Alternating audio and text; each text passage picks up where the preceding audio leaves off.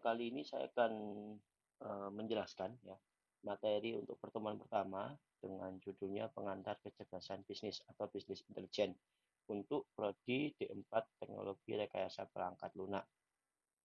Nah, apa yang akan kita bahas untuk saat ini ya terkait apa sih itu bisnis intelijen, kemudian nanti akan berhubungan dengan kecerdasan bisnis dan juga intelijensi bisnis.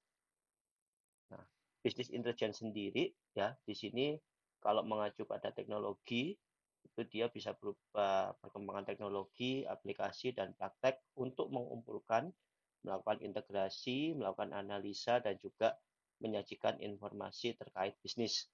Di mana tujuan dari bisnis intelijen adalah untuk mendukung pengambilan keputusan bisnis yang lebih baik dan juga cepat.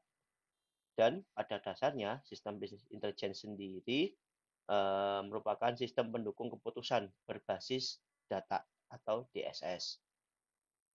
Kemudian perangkat lunak dari bisnis intelijen ya atau intelijensi bisnis adalah koleksi teknologi pendukung keputusan untuk sebuah perusahaan sehingga memungkinkan pekerja berbasis pengetahuan seperti para eksekutif, manajer maupun analis dapat membuat keputusan yang lebih baik dan juga lebih cepat.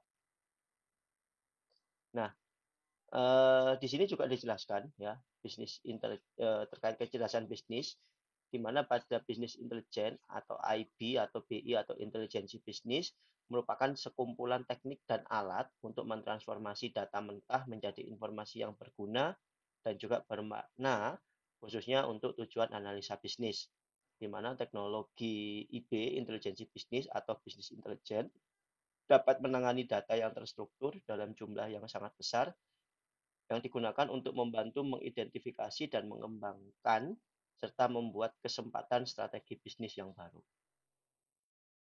Oke, terkait dengan tujuan dari bisnis intelijen sendiri, yaitu untuk memudahkan interpretasi dari jumlah data yang cukup besar, kemudian melakukan identifikasi kesempatan yang baru dan mengimplementasikan suatu strategi yang efektif berdasarkan wawasan yang dapat menyediakan bisnis suatu keuntungan pasar yang sifatnya kompetitif dan juga stabilitas jangka panjang. Di mana teknologi bisnis intelijen sendiri menyediakan riwayat, pandangan, ya yang bisa digunakan untuk saat ini. Selain itu juga prediksi ya dari sebuah operasi bisnis, di mana fungsi umum dari teknologi bisnis intelijen ya ini bisa untuk pelaporan, untuk proses analisa daring, proses analitik, penggalian data, penggalian proses, pemrosesan kejadian kompleks, kemudian bisa juga digunakan untuk manajemen performa bisnis, pengukuran, penggalian teks, analitis prediktif dan juga analitis perspektif. Dimana kalau kalian buka di sini yang di bawah ini akan sangat cukup banyak ya penjelasannya kalau kalian lihat masing-masing dari fungsi-fungsi umum dari teknologi intelijensi bisnis atau bisnis intelijen. Berikutnya masih terkait dengan kecerdasan bisnis, di mana eh, bisnis intelijen dapat digunakan untuk mendukung sejumlah besar keputusan bisnis, mulai dari operasi sampai hal yang strategis, membuat keputusan operasi termasuk penempatan dan harga produk, melakukan keputusan strategis termasuk prioritas, tujuan, dan arah pada tingkat yang lebih luas. Selain itu, IB, intelijensi bisnis, lebih efektif bila digabungkan dengan data yang didapatkan dari pasar tempat perusahaan beroperasi, atau bisa kita sebut dengan data eksternal, dengan data dari sumber internal bisnis seperti data operasi dan finansial. Ya, jadi ada dua, data eksternal maupun data internal. Dan bila digabungkan, data eksternal dan internal dapat menyediakan gambaran yang lebih lengkap, yang cukup efektif untuk menciptakan intelijensi yang dapat diturunkan dari kumpulan data tunggal manapun. Nah, ini terkait aplikasi dalam sebuah perusahaan. Ya, ada perkiraan, ada analisis di dalamnya. Perkiraan merupakan program yang membuat hierarki dari metrik performansi ya, dan pengukuran yang menginformasikan pimpinan bisnis tentang progres ke arah tujuan bisnis. Sedangkan analitis merupakan program yang membuat kuantitatif proses ya supaya sebuah bisnis mencapai keputusan yang optimal dan melakukan penemuan pengetahuan bisnis, di mana biasanya hal ini mengikuti beberapa hal ya terkait tadi yang sudah disebutkan untuk fungsi-fungsinya. Ada penggalian data, penggalian proses ya, hingga yang terakhir yaitu analitis perspektif. Berikutnya ya, masih berhubungan dengan aplikasi dalam sebuah perusahaan, ada pelaporan atau pelaporan perusahaan, merupakan program yang membangun infrastruktur untuk laporan strategis. Lalu ada kolaborasi atau platform kolaborasi berupa program yang membuat wilayah yang berbeda, ya baik di luar maupun di dalam bisnis, yang bekerja sama lewat berbagi data dan pertukaran data. Lalu untuk manajemen pengetahuan merupakan program yang membuat data perusahaan diarahkan oleh strategis dan praktik untuk melakukan proses identifikasi, membuat, merepresentasikan, menyalurkan, dan mengadopsi wawasan dan pengalaman yang benar-benar berpengetahuan bisnis.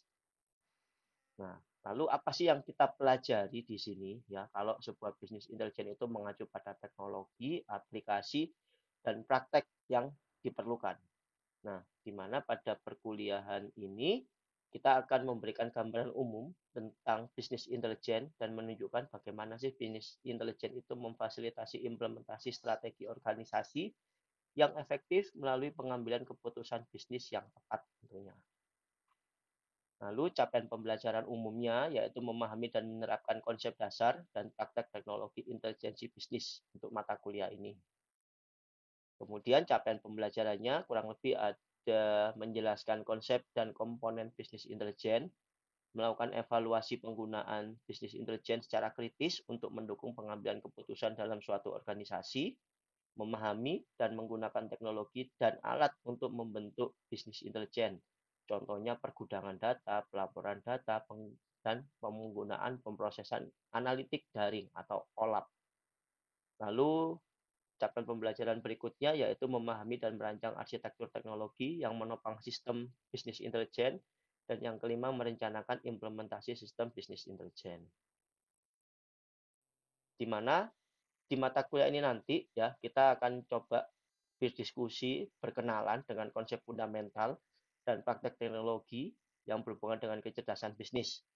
Topiknya mengikuti bisnis intelligence, analitik, dan data science. Ada juga mungkin nanti AI, big data, cloud computing, lalu berhubungan dengan deskriptif analitik dan prediktif analitik. Ada dua, ya. Oh, tiga, maaf. Satu lagi perspektif analitik. Ya, ada deskriptif, prediktif, dan perspektif. Nanti secara umum kita bahas di bawah lagi. Lalu ada SNA, Machine, dan Deep Learning, serta NLP. Ada juga penggunaan AI chatbot, conventional commerce, dan juga tren masa depan di bidang analitika data, terutama yang berhubungan dengan bisnis. Ini salah satu referensi utama yang bisa kita pakai, ya, Business Intelligence Analytics and Data Science, ya, a managerial perspective, ya, yang dibuat oleh Ramesh Sharda, Dursun Dellen, dan juga Efrem Turban. Keluaran dari Person, kurang lebih dibuat tahun 2018. Kalau kalian mau cari referensinya silakan, dan di Learning pun juga sudah ada. Nah, di dalamnya sini kurang lebih dalam bukunya itu menjelaskan overview business intelligence, deskriptif analitik, prediktif analitik, dan perspektif analitik. Ada juga pembahasan terkait big data konsep dan tools-nya, serta tren ke depannya, ya, yang berhubungan dengan business intelligence.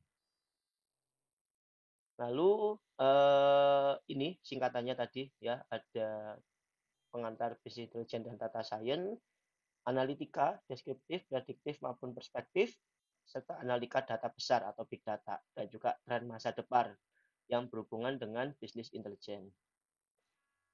Ini untuk tim proyek, mungkin nanti kalau pertemuan selanjutnya kita diskusikan, dan juga nanti ini berhubungan dengan PPL yang sedang kalian kerjakan di semester ini.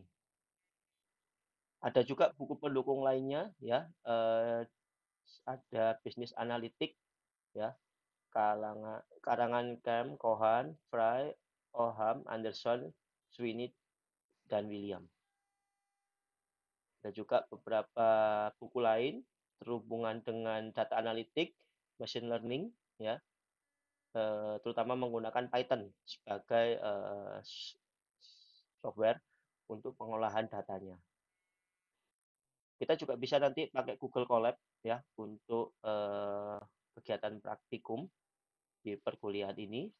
Kemudian, nah ini terkait dengan evolusi pendukung keputusan kecerdasan bisnis dan analika ya. Kalau kita lihat trennya dimulai dari tahun 1970-an ya, mulai berkembang decision support system, kemudian 80-an masuk ke expertise atau eksekutif,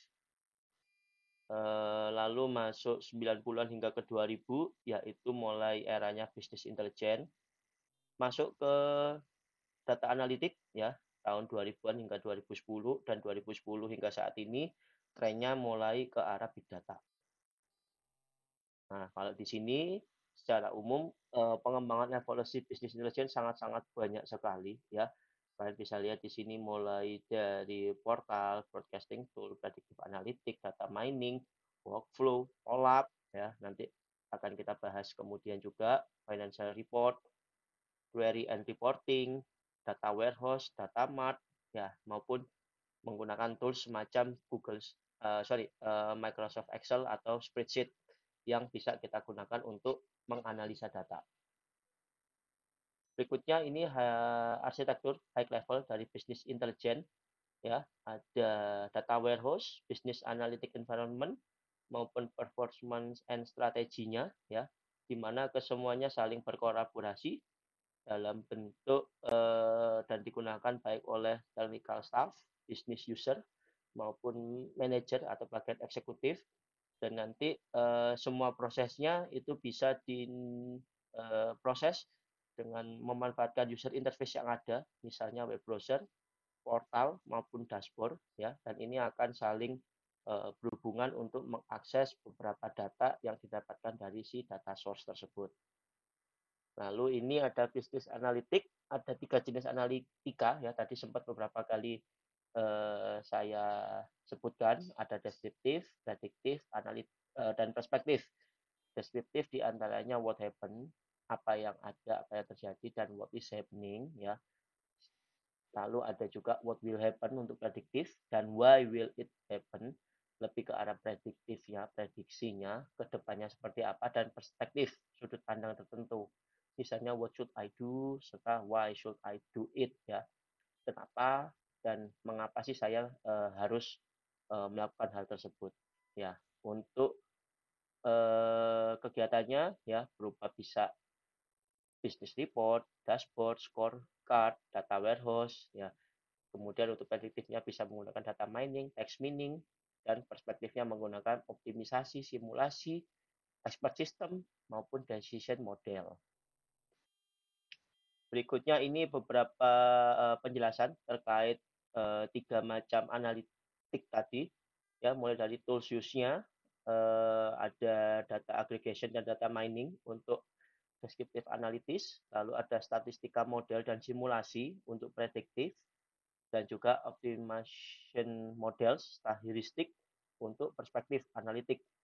Batasannya ada di antaranya snapshot ya of the past, kemudian guess the future untuk prediktif, dan juga most effective where you have more control over what is being modeled ya. Jadi untuk perspektifnya kita bisa menggunakan hal tersebut. Dan kapan sih itu digunakan? Untuk deskriptifnya digunakan ya when you want to summarize result for all or part of your business ya. Jadi digunakan ketika kita melakukan summarize ya terkait kegiatan bisnis kita. Sedangkan prediktifnya digunakan ketika when you want to make a educate guys at likely results ya. Dan juga perspektif analitisnya kita gunakan di sini dituliskan when you have important, complex or time sensitive decision to make ya, ketika kamu punya hal yang penting, yang kompleks ya, yang cukup sensitif untuk yang masuk ke pilihan-pilihan yang akan kita gunakan ya. Ini semacam kapan batasan ya kita menggunakan analitik, deskriptif, prediktif atau perspektif. Kadang juga dibagi menjadi 4 ya tipe data. Di sini analitik ya, mulai dari deskriptif, diagnosis, prediktif maupun perspektif ya. Jadi di sini kalau tadi cuman deskriptif, prediktif, perspektif, di sini ada yang satu lagi tambahan yaitu diagnostik, what is happening ya. Kadang deskriptif dan diagnostik sendiri agak dipisah. Di sini kalau dibagi menjadi 4, deskriptif analitik itu berhubungan dengan apa yang terjadi di masa lalu. Kalau diagnostik analitik mengapa hal itu terjadi ya. Kemudian prediktif analitik seperti memprediksi masa depan berdasarkan masa lalu yang sudah terjadi, dan perspektif analitik itu menentukan apa yang harus dilakukan untuk mengurangi resiko tersebut. Nah, ini adalah gambaran ekosistem analitika, mulai dari analytic user organization, di bawahnya ada regulator and policy marker, analytic industry, analysis and influencer, lalu ada juga academic institution and certification agencies, dan application developers, industry, specific, or general. Di mana di bawahnya lagi ruang lingkupnya terkait yaitu ada data management infrastruktur provider, data warehouse, middleware provider, data service provider, analytic focus software developers, data generation infrastruktur provider. Ya, ini kurang lebih ekosistem analitika yang saling berhubungan dari atas ke bawah maupun bawah ke atas. Nah, kalau jabatan kerja analitika cukup banyak ya, di antaranya ada marketing, bagian developer, konsultan, bagian analitik, ada bisnis juga, dan juga senioris ya, dan berbagai macam jabatan untuk bagian kerja analitika yang lain. Nah, ini adalah data to knowledge continuum ya, berhubungan dengan bisnis proses, internet atau sosial media, dan juga mesin atau IoT, Internet of Things, yang semuanya membutuhkan pengolahan data, baik di dalamnya ada data storage, ya, tempat menyimpannya data, dan data protection, di mana saat ini data itu menjadi hal yang sangat penting, sensitif untuk kita jaga, bisa juga kita olah, lalu kita analisa, sehingga nanti bisa digunakan oleh end user melalui berbagai macam aplikasi yang bisa diakses ya, misalnya melalui platform tertentu, Facebook, Twitter, YouTube, Instagram, dan lain sebagainya. Lalu terkait infrastruktur bisnis intelijen, ya ada juga ini contoh penerapannya ya dari sebelah kiri, mulai kegiatan operasional, historical data, machine data, web data, audio video atau multimedia data, dan data eksternal lainnya, di mana semuanya diproses ya dengan data besar, salah satunya menggunakan Hadoop. Setelah itu dia masuk ke data warehouse, ada juga proses analitik platform. Dari data warehouse ini ada sebagian data yang dikirimkan melalui data mart untuk bisa digunakan oleh casual user ya, dan analitik platform biasanya digunakan oleh power user, misalnya oleh orang yang mau menganalisa menggunakan data-data yang sudah diproses ini untuk menarik sebuah kesimpulan tertentu atau aktivitas yang dilakukan oleh si casual user. Berikutnya bisnis intelijen dan data mining ya, ini tentu saja sangat berhubungan. Kalau di sini kita lihat melalui diagram yang berbentuk seperti piramida ya, top down, ada decision making, data presentation atau proses visualisasi datanya, ada proses data mining berhubungan dengan information discovery, ada data exploration ya, statistik, summary, query, reporting, lalu ada data preposition berhubungan juga dengan data warehouse, dan juga di sini ada beberapa informasi seperti paper, file, web dokumen, scientific eksperimen, dan juga database system. Nah, ini adalah business insight dengan sosial analitik ya, penjelasannya berhubungan dengan brand awareness, berhubungan juga dengan marketing program effectiveness dan lead generation effectiveness. Nah, di sini menganalisa web ya dan analisa jaringan sosial. Ini sangat umum dilakukan saat ini melalui website maupun jaringan sosial ya. Data banyak bisa kita dapat, aktivitas-aktivitas pengguna bisa kita pantau, bisa kita analisa, terutama kalau berhubungan dengan dunia bisnis, ini nanti bisa menjadi tempat untuk beriklan, menentukan iklan yang cocok diberikan ke calon target kita ya dengan melakukan proses analisa berdasarkan jaringan data sosial. Ini adalah contoh tampilan strategis bisnis sosial, mulai dari kiri atas ini penggunaan platform sosial, masuk di proses ke social learning, kemudian ada proses fast data, dari situ mulai dilakukan proses big analytic ya, analisa dari platformnya, kemudian ada actionable insight ya yang berhubungan dengan business intelligence diproses di sini. Lalu hasilnya berupa sentimen analisis, customer care opportunities ya, lalu masuk ke situational awareness yang menghasilkan capture idea ya dan juga unmet needs ya yang masuk nanti diproses dalam marketing operation dan ditampilkan lagi ke sosial media ya atau ke platform media sosial. Ini akan berulang terus-menerus ya proses ini. Jadi dari data yang dihimpun, dilakukan beberapa proses, nanti hasil akhirnya berupa marketing optimization yang akan dilempar kembali ke media sosial dan hasilnya akan ditangkap lagi, diproses lagi. Akan berulang seperti ini. Kurang lebih seperti ini tampilan untuk strategi bisnis yang berhubungan dengan kecerdasan bisnis pada media sosial atau platform sosial. Nah, ini ada gambaran lain ya, hubungan antara social business insight, social analytic dan juga social measurement.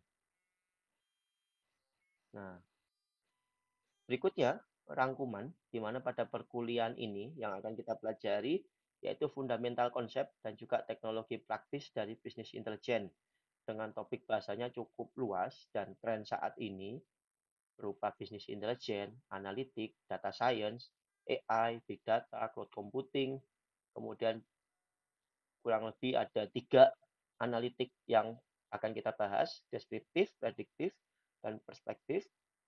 Lalu penggunaan machine learning dan deep learning, dan serangkaian yang lain yang berhubungan dengan pengolahan data. Ada AI chatbot dan konvensional commerce ya, serta tren analitika masa depan. Itu kurang lebih rangkuman dari kegiatan yang akan kita lakukan di semester ini. Ya, demikian mungkin materi untuk minggu ini. Nanti jika ada pertanyaan bisa akan kita diskusikan di pertemuan selanjutnya. Terima kasih.